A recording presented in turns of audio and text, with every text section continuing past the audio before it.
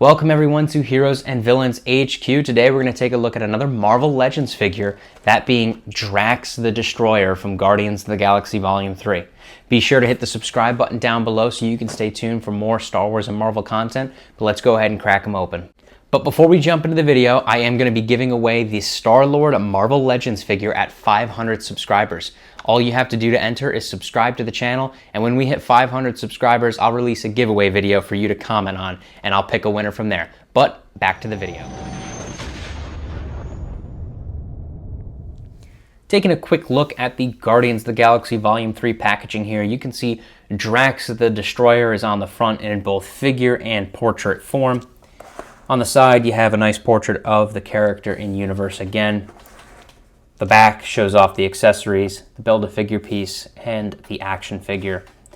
And then on the side is the Build-A-Figure checklist showcasing Drax is included and the part he comes with.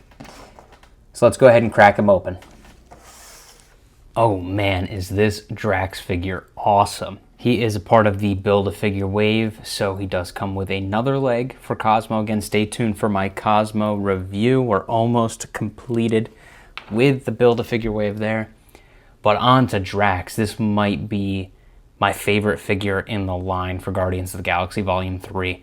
Really, really cool figure. Now, I will say, obviously this figure was released a couple of years ago and doesn't include a lot of the new articulation we see almost standard in all figures today, that being double jointed elbows and knees without pins, and obviously the butterfly joints in the shoulders. And I'll tell you, the butterfly joints would be something this figure would greatly benefit from. Unfortunately, this articulation is pretty similar to Star-Lord. So you have the standard shoulders, you have bicep breaks, you have double jointed elbows and knees. Weird thing is that the elbows are not pinned, but the knees are. So that's definitely interesting. But this figure is just, he's big. He's got some weight to it. He's a large figure overall. And I will say the interesting thing about the paint is that he's kind of got a grayish green tint to him. Obviously, Drax in the MCU is very much gray, even though Drax in the comics is green. So, interesting choice here to make him that greenish gray, because that's not how we see him in the movies. However, I do appreciate the kind of mix of the MCU and the comics there. As for the ab crunch, this one has a pretty significant one. You're going to really be able to bend that ab to get him into some dynamic poses. Just zooming in there on the gold emblem we've seen on all these figures, it's really great. It looks really nice.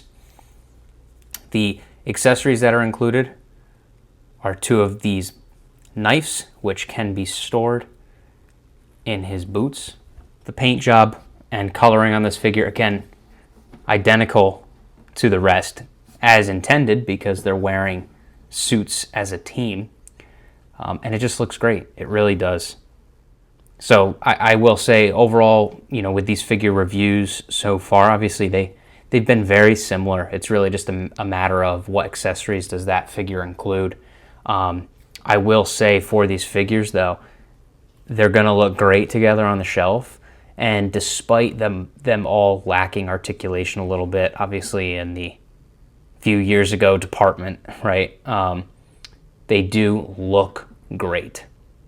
So, again, probably my favorite figure in the wave, although I haven't opened up Groot yet, and I think he might take the cake, but we'll have to wait and see.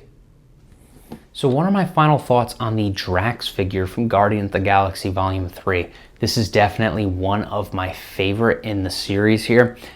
Really big, bulky, really solid molding, especially in the boots. And then the head sculpt is really solid as well. It does have a greenish gray tint to it, which is fun. Again, Drax in the MCU is gray, despite him being green in the comics, but I like this mix. As for the articulation, he's got a solid ab crunch. He's got double jointed in the knees with pins, but the elbows are not pinned, which is nice. Overall, though, similar to the other figures in this line, it's really more about collecting all of them and having them displayed as a team on the shelf rather than any one outshining the rest. And again, this figure, it does that. It's a solid entry. Nothing crazy, nothing bad. It does its job well. So overall, pretty happy with it. Thank you all so much for watching this Marvel Legends video. I hope you enjoyed. If you did, make sure to hit the subscribe button down below. So definitely stay tuned for more Star Wars and Marvel content on my channel. But thank you all again so much for watching, and I'll catch you in the next one.